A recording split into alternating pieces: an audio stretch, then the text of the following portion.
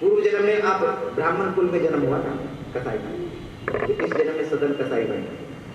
समस्त प्रकार के सात्विक आचार विचार के साथ में अपने कर्म किया करते थे, भजन किया करते थे, नित्य प्रतिदिन ठाकुर जी की सेवा, जाकर के सूर्य भगवान को जल अर्पण करना, समस्त प्रकार के आचरण किया करते थे। ब्रह्म तत्व के सब आचरण आपके भीतर थे। एक दिन आप नदी में बैठ करके ऐसे ठाकुर जी को जल अर्पण कर रहे थे और तभी वहां से एक कसाई गैया के पीछे भाग रहा था और आकर के ब्राह्मण से पूछ लिया, महाराज इधर से हमारी गैया गई थी, आपने देखी? अब चूंकि मंत्र का उच्चारण करते हुए, जल अर्पण करते हुए मुझसे कुछ बोल नहीं पाए और हाथ से इशारा कर दिया, महाराज इधर गई है। कसाई ने जाकर के गैया को पकड़ा, पकड़ने के बाद में वध कर दिया और इसी अपराध के कारण पूर्व में ब्राह्मण कुल में जन्म लेने के बाद और दूसरे जन्म में यही ब्राह्मण सदन कसाई के रूप में प्रकट होते हैं। कौशिक मुनि जी महाराज भी बड़े प्रसिद्ध संत हुए। आपके साथ भी ऐसे हुआ, एक कसाई गैया लेकर के जा रहा था और कौशिक मुनि जी ने हाथ से इशारा किया, एक दिन के लिए नरक में जाना पड़ा। कौशिक मुनि जी महाराज को नारायण शस्त्र कवच सिद्ध था। जब देखकर भी अपने विमान को लेकर के आकाश मार्ग से जाते थे ना, तो कौशिक मुनि जी के आश्रम पर स्वयं ही नीचे आकर के गिर जाते थे, इतना तप था। और ऐसे तपस्वी कौशिक मुनि जी महाराज को संकेत इंकित मात्र करने से ही और एक दिन के लिए नरक में जाना पड़ गया। कर्मनो गहनो गति, बड़ी प्रबल होती है कर्म की गति, विचार करके करना चाहिए।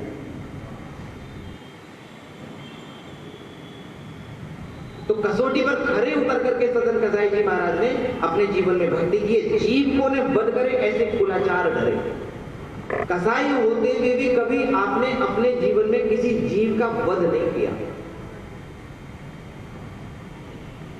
मांस लाते थे, उसके लाकर के अपने पास रखते थे और उसी को क्रय और विक्रय किया करते थे। तो जीव को ने वध करे ऐसे कुलाचार करे कि अपनी जीविका चलाने के लिए हम किसी भी प्रकार का कार्य करें, अगर किसी का अहित नहीं हो रहा है, किसी को कष्ट नहीं हो रहा है, तो कोई भी कार्य क्यों ना करें, वह हमारे जीवन में किसी प्रकार का दोष नहीं बनता। कर्म की गति तो हम सबको व्यतीत कर रही है। तो जीव को ने वध करे। एक बार आपके पिता के यहाँ पर कुछ सज्जन प्रियजन पहुंच गए। आपके पिता वध भी किया करते थे पशुओं का। रात्रि में जब सज्जन पहुंचे तो उनको भोजन इत्यादि देने के लिए मांस नहीं था, तो आपके पिता घर में बंधे हुए एक पशु के पास पहुंचे। वह पशु अभी व्यस्त नहीं हुआ था, बाल अवस्था में था। तो पिता ने मन में विचार किया कि हम इसका वध नहीं करेंगे, इसकी जगह के पास से मांस निकाल करके हम अतिथि सत्कार करेंगे। और जब उस पशु को यह बात पता चली तो आंखों में आंसू आ गए थे। सदन जब उस पशु के पास में गया तो वह पशु रोने लगा और रोते रोते सदन से कहता कि तुम्हारे पिता को ऐसा आचरण नहीं करना चाहिए। पूर्व जन्म में मैं कसाई था, तुम्हारे पिता पशु थे, मैंने इनका वध किया, तो इस जन्म में ये कसाई हैं, मैं पशु, तो तुम्हारे पिता को मेरा वध कर देना चाहिए। कर्म इसी प्रकार से चल रहे हैं। जब तक संत सद्गुरु आकर के हमारे कर्मों को अंत नहीं करेंगे, तब तक हमारे कर्म की गति ऐसे ही चलती रहेगी।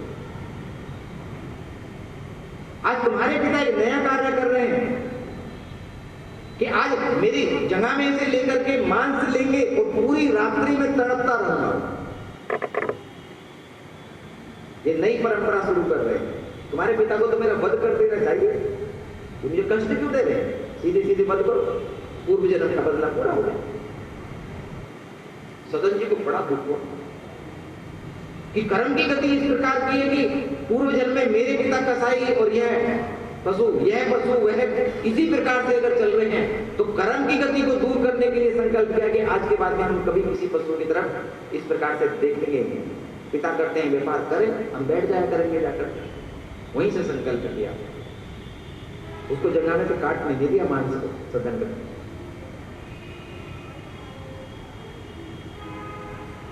तो वध नहीं करते हैं कि जीव को ने वध करे ऐसे कुलाचार धरे। बेचे मांस लाए प्रीति हरीश सो लगाई है। मांस लाते हैं ला करके बेचते हैं, प्रीति हरीश सो लगाई है। हम अपने शरीर से कर्म करते हैं और प्रीति हरीश सो लगाई है।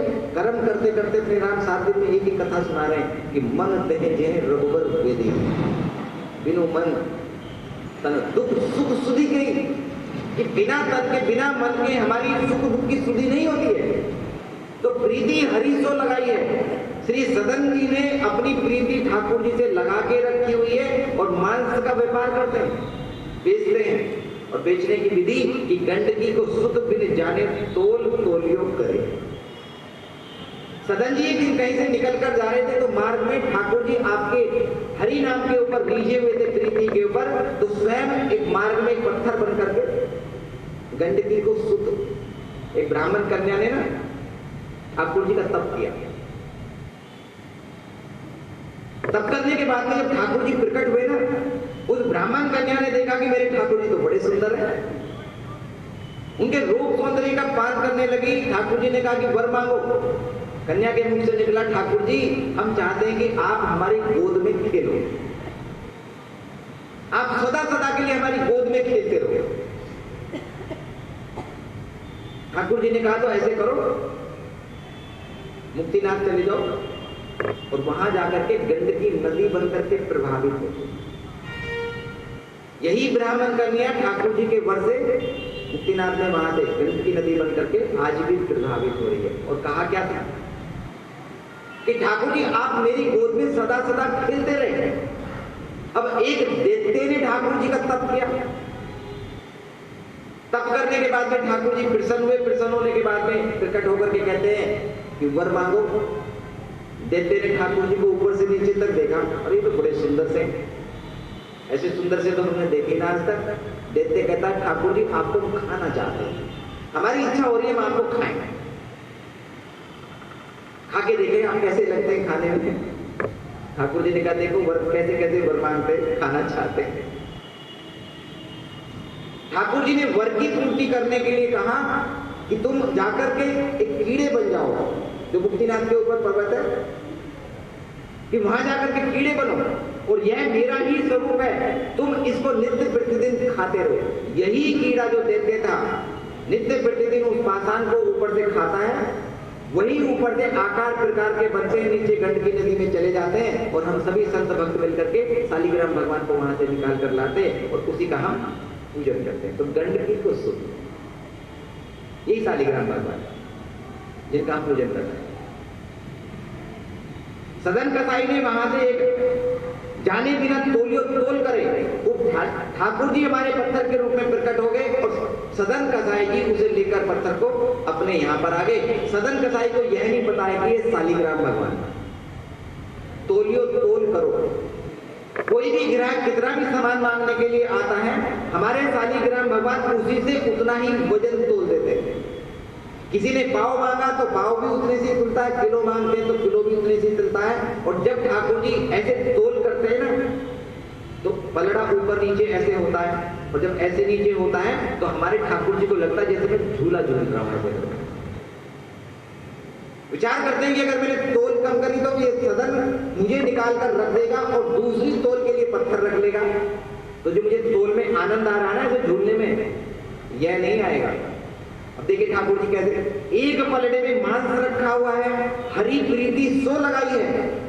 सदन कसाई जी महाराज की प्रीति ठाकुर जी से लगी है और दूसरे पलड़े में हमारे ठाकुर जी हैं और झूल रहे हैं। मांस के संग में रहते हुए भी क्या कहते हैं कि सदन कितना प्यारा।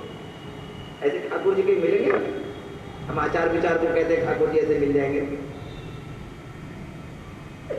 एक पलड़े में मांस है, दूसरे में ठाकुर जी स्वयं, बीच में भक्त भगवान बैठे हुए तो तब भी प्रसन्नचित होकर के किसी प्रकार का कुछ दोष नहीं देख रहे हैं, उसी प्रकार से तोलते हैं। भरे दृढ़ साधु आनी पूजे पहने भाई है। और एक दिन संत भगवान विचरण करते करते जा रहे थे, वहां से विचरण करते करते जा रहे थे कि उन्होंने देखा कि यहाँ पर ये शालिग्राम भगवान को मांस तोल रहा है ये व्यक्ति बैठ करके। तो आंखों में नेत्रों में अश्रुपात हो गए देख करके। और सदन जी जाकर के वहां पर कहते हैं कि साधु आदि पूजे पहने भाई, देखो ये शालिग्राम भगवान है, हम इनका पूजन करते हैं तो हमें भगवान की प्राप्ति होती है और तुम इसे मांस तोलते हो। अरे ये हमें तुमने हमारे ठाकुर जी को अपवित्र करके रखा हुआ है। और जब सदन जी ने यह सुना कि शालिग्राम भगवान है तो उस शालिग्राम भगवान को उठा करके संत भगवान को दिया। तो कहते हैं कि संत भगवान आप ले जाइए और इनकी सेवा सुनिए। संत भगवान लेकर के गए, आनी पूजे पेने भाई है। संत भगवान ने आकर के शालिग्राम भगवान का पंचामृत से स्नान कराया, पूजन किया, बड़े प्रेम के साथ में उच्च सिंहासन पर विराजमान किया, आरती उतारी, ऐसे कर करके भोग अर्पण किया। भोग अर्पण करने के बाद में संत भगवान ने शयनार्थी करने के बाद शयन करा करके चले जाते, अपने कक्ष में जाकर के विश्राम किया। कहीं निसी सुपने में बाही धार मोको भेजो।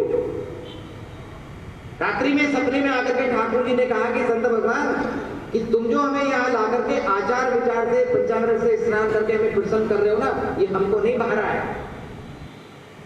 अरे हमको तो तभी अच्छा लगता है जब हम सदन की तराजू में ऐसे झूलते ऊपर नीचे ऐसे करके, तो जो आनंद की प्राप्ति हमें तब होती है ना, वो तुम्हारे यहाँ पर इस मंदिर में बैठकर हमें प्राप्ति नहीं हो रही है। तो ठाकुर जी सपने में कहते हैं कि ठोर मुंह को देखो, मुझे वहीं पहुंचा करके आओ, मुझे तुम्हारे यहाँ पर कोई आनंद की प्राप्ति नहीं हो रही है। प्रातः काल संत भगवान जगे, जगने के बाद में शालिग्राम भगवान को लिया और ला करके सदन जी को जाकर के कहते हैं कि गुणगान रीची ही सच्चाई है कि भैया अपने भगवान को लो, अब चाहे तुम इसे तोल करो और चाहे तुम इसका पूजन करो, कि सच्चाई हियो पे भाई है। कि सच तो यही है कि भगवान तुम्हारे भाव के ऊपर रीझे हुए हैं। ये हमारे आचार विचार पूजन से नहीं रीझने वाले, तो आगे से तुम्हें जो करना है सो करो। और ऐसा कहकर के सदन कसाई को शालिग्राम भगवान दे करके संत भगवान माते प्रस्थान। नीच घर अवतरे हो रहे संत का संत। एक बार हमारे हृदय में भक्ति का कोई भी संस्कार जागृत हो गया तो कभी किसी काल में नष्ट नहीं होता है।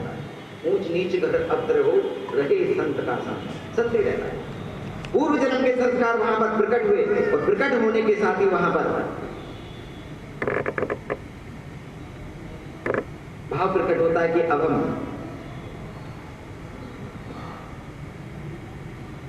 इस कार्य को नहीं करेंगे। जब भगवान हमारे भाव के ऊपर रीझे हुए हैं तो अब हम इसे तोल करेंगे तो यह तो महापाप हो जाएगा।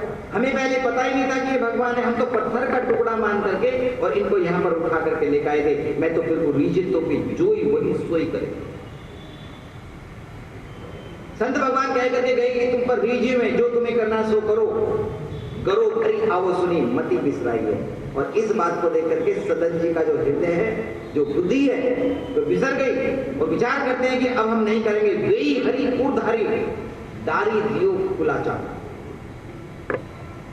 अपनी कुल परंपरा के जो आचार विचार थे कि हमें मांस बेचना है, उन सबका परित्याग किया। और परित्याग करने के बाद में शालिग्राम भगवान को अपनी गोद में लेने के बाद में कहते हैं कि चले जगन्नाथ देव जहां उपजाई है, कि अब हम जो है जगन्नाथ भगवान के चल करके दर्शन करेंगे। भगवान के एक बार दर्शन हो जाएंगे बस तभी। श्री सदन कसाई जी महाराज जगन्नाथ भगवान के दर्शन करने के लिए अपने घर से प्रस्थान किए। और प्रस्थान जब करते हैं कि मिली संग संग जात में सुभात सब। जब मार्ग में चलने लगे तो कुछ संत भगवान मिल गए। उन संत भगवान के मध्य में चल करके संकीर्तन करते हुए जब तीर्थ यात्रा के लिए चले तो उन संतों को पता चल गया कि ये तो कसाई है। तो संत सदन जी से थोड़ा दूर चलने लगे। और जब दूर चले सदन जी को लगा कि ये हमसे बचना चाहते हैं, तो सदन स्वयं ही उनसे अलग हट जाता। आप दूर दूर रहे, जा नहीं पाएंगे कि यह सब मुझसे बचना चाहते हैं, मेरे कारण से संतों को कष्ट है। तो जैसे संत भगवान संकीर्तन करते आगे आगे चल रहे, सदन जी उस मंडली से निकलकर थोड़ा पीछे हो गए। संगीत तो चलना है तो पीछे होकर के चलने लगे। और जब पीछे होकर के चलते हैं तो सभी संत भगवान बीच में कहीं विश्राम करते हैं कि आयो मग गांव भिक्षा लेने एक ठाव है। एक स्थान पर जाकर के विश्राम किया सभी संतों ने। सदन कसाई जी वहीं पर गांव में रुके और वहां रुकने के बाद में लेन एक ठाव गए। सदन जी किसी घर में भिक्षा लेने के लिए गए कि सीधा सामान आएगा, उससे भोग बनाएंगे, ठाकुर जी को खवाएंगे और फिर हम भी पालेंगे। ऐसा विचार करके एक घर में जाते हैं। नए रूप देखी को दिया रीछी परी है। और जिस घर में जाकर के भिक्षा मांग रहे थे उस घर में एक स्त्री रहते हैं अपने पति के साथ। सदन जी ने हरि से प्रीति लगाई थी तो मुखमंडल का तेज भी प्रकट था। चेहरे पर ऐसा तेज था कि देखने के बाद ही लगता था कि हाँ कोई विलक्षण महापुरुष है। जाकर के कहा कि भिक्षाम दे, और जब भिक्षा लेने के लिए स्त्री निकल कर बाहर आई और सदन जी के तेजोमय मुखमंडल को देखा तो देखने के बाद ही देखी को पिया रीझ ही गई है। वह स्त्री श्री सदन जी के रूप सौंदर्य को देख करके रीझ गई उसके ऊपर।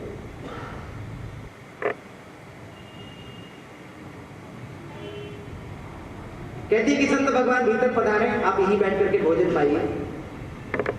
अब चूंकि मार्ग में चलकर आए थे, थके हुए थे, अन्य जो संत थे वे अपने संग में नहीं लगा रहे थे, और यह देख करके कि कोई सदाचारी कोई स्त्री होगी जो भीतर बुला करके संत को भोजन करवा रही है, वह गड़बड़ाई धन होता है जहां संत भगवान जाए। ऐसा विचार करके कि सदन जी उसी घर के भीतर चले गए और जाने के बाद में उस स्त्री ने बड़े प्रेम के साथ में भोग तैयार किया, ठाकुर जी को अर्पण किया, बैठी यही डोर करो भोजन नहीं आई। महाराज भोजन पाइए। श्री सदन जी को बिठा करके भोजन पवाना आरंभ किया और जैसे भोजन पा रहे हैं तो वे निहार रही है देख करके। भोजन पाने के बाद निवृत्त हुए, आचमन कराया, कहो रहो ऋषि सोई आई मेरी मती है। महाराज रात्रि में यही विश्राम कीजिए, प्रातः काल चले जाएंगे। सदन जी विचार करते हैं कि चलो भला है, और उसी रात्रि में सदन जी महाराज उसी घर में भीतर रह करके विश्राम करने के लिए अपने कक्ष में चले जाते हैं। लेगों को संग करो काटो तूने हुए रंग दूंगी। मध्य रात्रि में यह स्त्री सदन जी के पास गई और जाने के बाद यह कहती है कि मेरे संग प्रेम करो, मेरे संग संग करो। सदन जी कहते हैं कि लेवो वो को संग करी गाटो करो, कि अगर तुम मेरा शीश भी काट दो तब भी मैं तुम जैसी स्त्री के संग में स्पर्श नहीं कर सकता।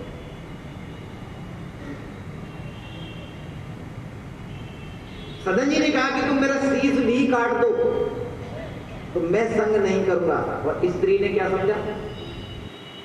स्त्री ने समझा कि ये कह रहे हैं कि तुम अपने पति का शीश नहीं काट दोगी तब तक मैं तुम्हारे संग नहीं करूंगा। अनेकों प्रयत्न समझाने के लिए किए, और जब सदन जी महाराज नहीं माने तो वह स्त्री अपने भीतर घर में जाती है और काटी पति ग्रीव पहने डरी है, जाकर के अपने पति का ग्रीव गर्दन काट दी स्त्री ने। लौट करके वापस आई, सदन जी से आकर के कहती है कि कहे अब पागो मोसो ना तो कौन तो सुधा, अब तुम्हें डरने की कोई आवश्यकता नहीं है, मैंने अपने पति का शीश काट दिया है, तो तुम निश्चिंत होकर के मेरे संग में यहां पर वास करो और मैं सदा तुम्हारे संग में ही यही पर रहूं।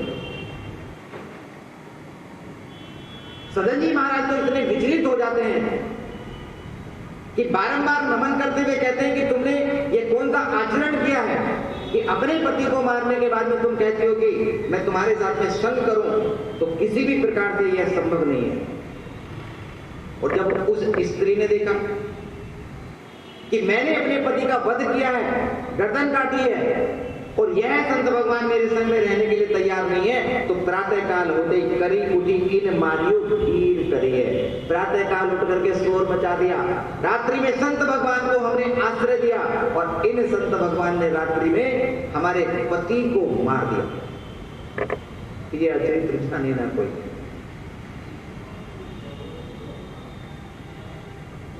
मेरे पति को मार करके मुझे विधवा किया है, और ऐसा जब द्वार पर आकर के शोर मचाने लगे तो भीड़ करिए, चारों तरफ से वहां पर भीड़ आकर के एकत्रित हो जाती है। बोले संत भगवान की जय। बैठाइए, आराम से बैठाइए।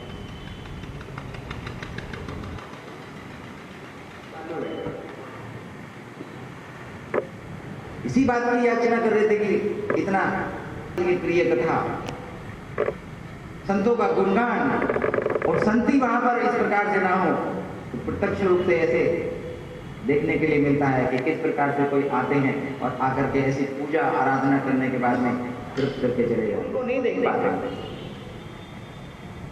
ये ठाकुर जी की असीम कृपा, प्रत्यक्ष प्रमाण इस बात के लिए कि वही आचरण करके और चले जाए और पहचान ना पाए, इसी को हम भगवत प्राप्ति कहते हैं।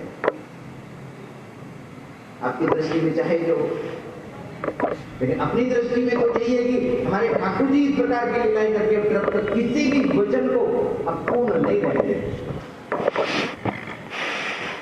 इस लोभ को लेकर कर नहीं जाना चाहते कि किस प्रकार से जहां पर कि ऐसा भाव प्रकट करके कह के जाए कि हमारे संत नहीं आए थे, तो वह भी साक्षात में यहाँ पर प्रमाणित कर दिया। सदन जी के सभी वहां पर भीड़ एकत्रित हो जाती है और एकत्रित होने के बाद में वहां पर सदन जी महाराज को सभी ने आकर के वहां पर पकड़ लिया। पकड़ने के बाद में कहते हैं कि क्या आपने ऐसा किया? तो सदन जी ने कोई जवाब नहीं दिया। सभी ने विचार किया कि जब संत भगवान ने किसी को मारा है तो वह हाकिम के सामने पेश करना चाहिए। सदन जी महाराज को सभी ने बंदी बनाया, हाकिम पकड़ी, पूछे कि है हंसी मारी हो, और हाकिम के सामने जब वहां पर पेश किया गया तो हाकिम पूछते हैं कि क्या तुमने उसके पति का वध किया है, उसको तुमने मारा है? और जैसे ही ये कहा कि तुमने मारा है तो सदन जी कहते हैं हंसी मारियो हम डरे। हंस करके कहा हाँ हमने मारा। क्यों कहा? क्योंकि वहां पर कितना भी कुछ बताने के लिए प्रयत्न किया जाए कोई मानेगा तो है नहीं, प्रमाण तो कोई है नहीं। सदन जी कहते हैं कि हाँ हमने ही उसको मारा था। और जब प्रेम से यह कहा कि मारा था तो हाकिम को भी यह लगने लगा कि संत भगवान ने नहीं मारा है, यह तो इस स्त्री की ही करतूत नजर आई। पर चूंकि सदन जी स्वयं इस बात को स्वीकार कर लें कि मैंने ही इसको मारा, सोच भारी हो कहीं हाथ काटी डाली। हाकिम ने पुनः पूछा कि क्या तुमने मारा? सदन जी ने कहा कि हमने मारा। तो हाकिम ने आदेश दिया कि संत भगवान इनका वध नहीं करना चाहिए, इनको मृत्युदंड नहीं देना चाहिए। तो इन्होंने हाथों से इसके पति को मारा है तो इसके दोनों हाथ काट दो, यही दंड है।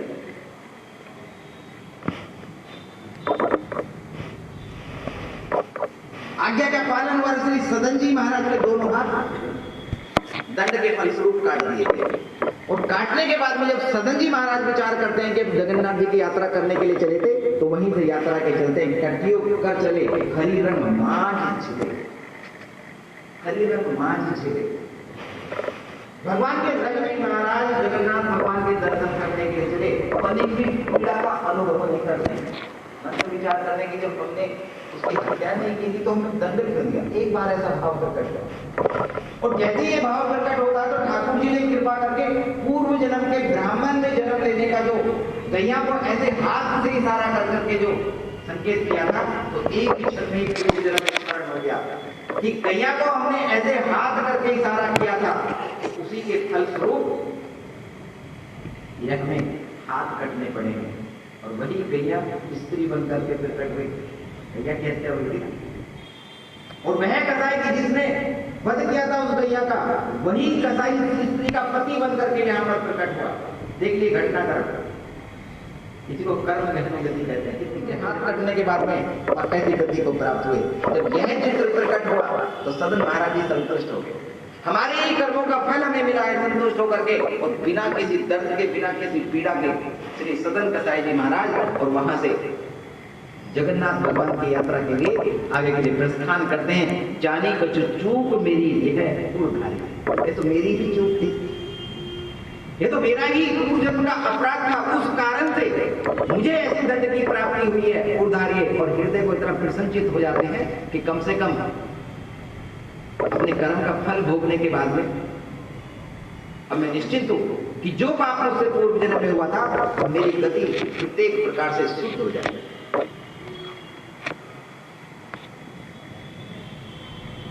श्री सदन कसाई जी महाराज जगन्नाथ भगवान की यात्रा, जगन्नाथ देव आगे पालकी पठाई ले।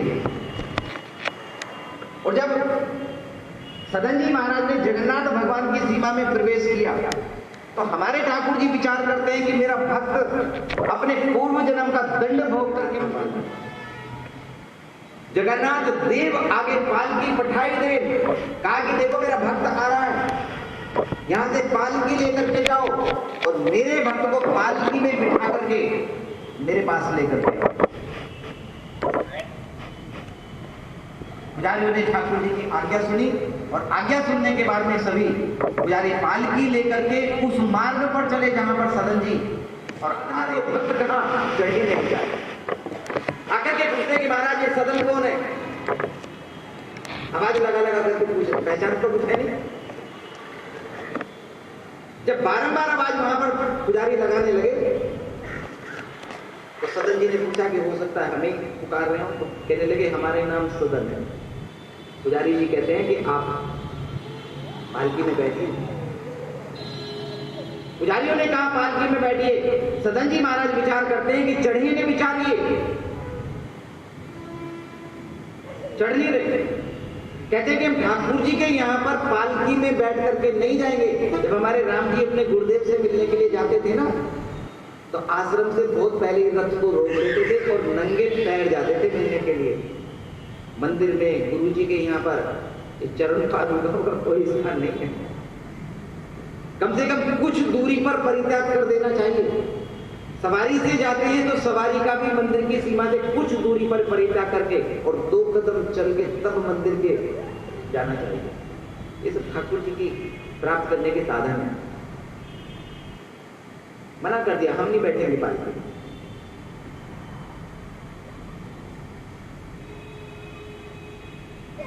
पुजारी जी कहते हैं कि ठाकुर जी ऐसा ही चाहते हैं। अगर पालकी में बैठ करके आओगे तो हमारे ठाकुर जी अति प्रसन्न हो जाएंगे। जब बारंबार कहने लगे तो चढ़ी आई फिर वो पास सुपनों से मिटाई उतरा। सदन जी पालकी में बैठे। अपने भक्त को सदैव ही हमारे ठाकुर जी ऐसे बिठा करके रखते सदैव। सदन जी पालकी में बैठे। बैठने के बाद में पहुंच गए और पहुंचने के बाद में वहां पर पालकी से उतरे। द्वार पर जाने के बाद में मंदिर में जाकर के प्रवेश करते हैं और प्रवेश करने के बाद में जैसे ही सदन जी महाराज को लगा कि ठाकुर जी को नमन करना चाहिए तो औंधे मुंह जाकर के सुपनों से मिटियो त्रास, ऐसे औंधे मुंह जाकर के साष्टांग दंडवत नमन किया।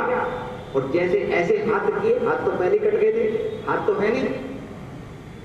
मन में भाव प्रकट हुआ कि ऐसे हाथ है तो दंडवत नमन करना चाहिए। हाथ ऐसे विचार किया और धीरे धीरे दोनों के दोनों हाथ जगन्नाथ भगवान के सम्मुख ही प्रकट हो गए, जैसे नया कोपल होकर के प्रकट हो गया हो। बोलिए जगन्नाथ भगवान। ये रह गया हो जैसे सपने में किसी का कोई शीश काट रहा हो तो कितनी पीड़ा होती है, और वह जग जाए तो सपनों से मिटे त्रास।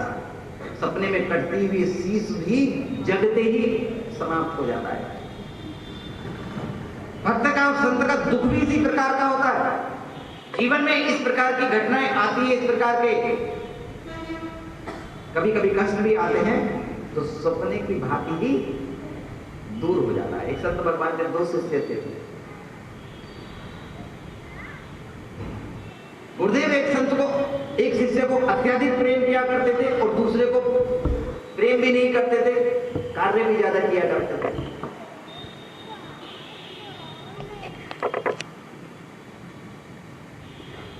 दोनों को एक दिन वन से लकड़ी लेने के लिए भेजा तो जिस शिष्य को अधिक कष्ट दिया करते थे, चलते चलते उसके पैर में एक कांच लग गया और रक्त निकलने लगा। बड़ा पीड़ा हुई। दूसरा वाला कहता देखो गुरुदेव तुझे कितना कष्ट देते हैं, तुझसे कितना कार्य कराते हैं, भजन भी कराते हैं, और अब देखो पैर में भी लग गया। और कुछ आगे चले तो दूसरे वाले शिष्य को सोने की 5 असर में पड़ी हुई मिल गई। प्रसन्न हो गया, देखो हम भजन भी नहीं करते फिर भी हमें असर भी मिल गई। पीड़ा से दर्द से कराहते हुए शिष्य को मन में विचार आता गुरुदेव के आश्रम में नहीं रहेंगे। जैसे तैसे लकड़ी लेकर के आए, वापस आकर के गुरुदेव के सम्मुख डाल दी। गुरुदेव आज से हम जा रहे हैं छोड़-छाड़ करके। उसने काहे के लिए? आप हमसे कार्य भी कराते हो, भोजन भी कराते हो, कष्ट भी देते हो, और इससे कार्य भी नहीं कराते हो, प्रेम भी करते हो। हमें आज कांच लग के पीड़ा हुई और उसको 5 सोने की असर से मिली है। बड़े प्रेम के साथ में बिठा बैठो। पूर्व जन्म का वृत्तांत बताया। जैसे सदन जी को नजर आ रहा है और बताते हुए कहते हैं कि पूर्व जन्म में वो लोग बड़ा दुराचारी था। ऐसा दुराचारी था कि उस दुराचार के कारण से आज के दिवस में तेरी मृत्यु की तिथि निश्चित थी। दंड के फलस्वरूप तुझे मृत्यु दंड प्राप्त होना था। लेकिन चूंकि इस जन्म में तूने संतों की सेवा की, गुरुदेव की सेवा की, भजन किया है, उस भजन के प्रताप से वही मृत्युदंड की पीड़ा और इस चोट के ऊपर बन करके रह गई है, कष्ट इतना सा होकर के रह गया है। और इसने पूर्व जन्म में इतना कठोर तप किया था, तपेश्वरी, राजेश्वरी और राजेश्वरी नरकेश्वरी। तप करने से राज्य की प्राप्ति होती है, तो पूर्व जन्म में इतना तप किया था कि इस जन्म में अगर इसने तप किया होता तो आज ये यहाँ का राजा बनने वाला था। लेकिन चूंकि इस जन्म में भजन नहीं किया समझाने के बाद में, तो पूर्व जन्म का वह पुण्य और 5 असरफी मातृ बनकर रह गया है। सपनों सो मिट्टियों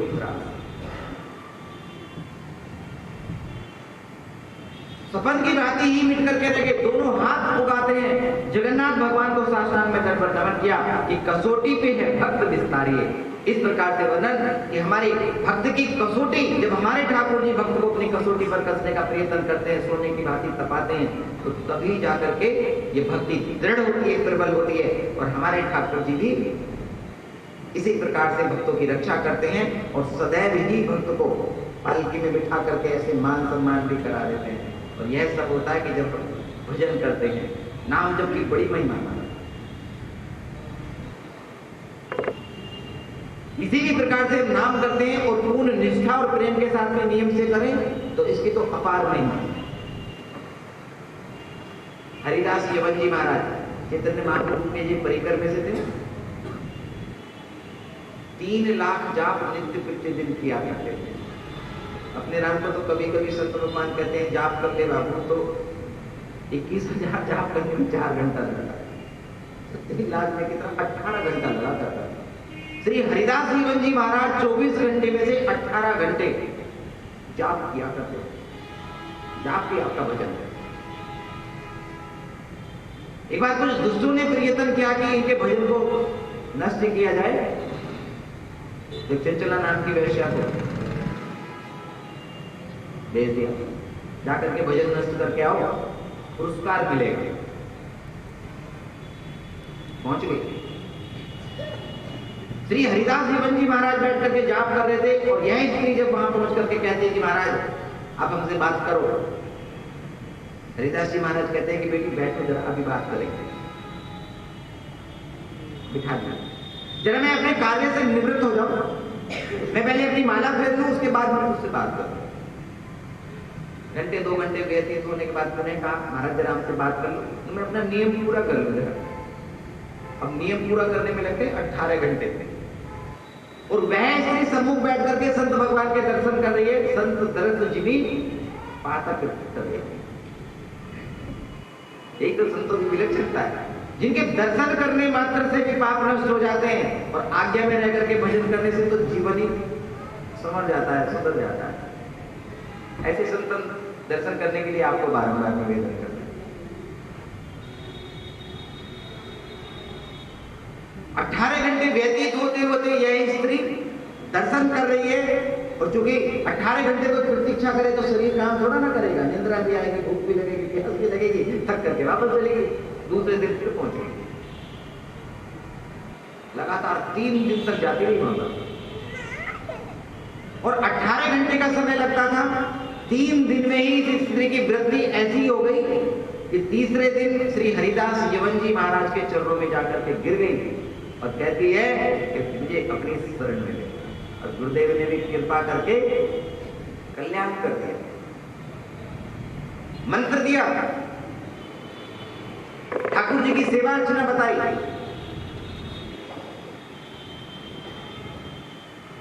श्री चैतन्य भागवत में वर्णन आता कि इतनी बुरी संत बनी बाद में जाकर।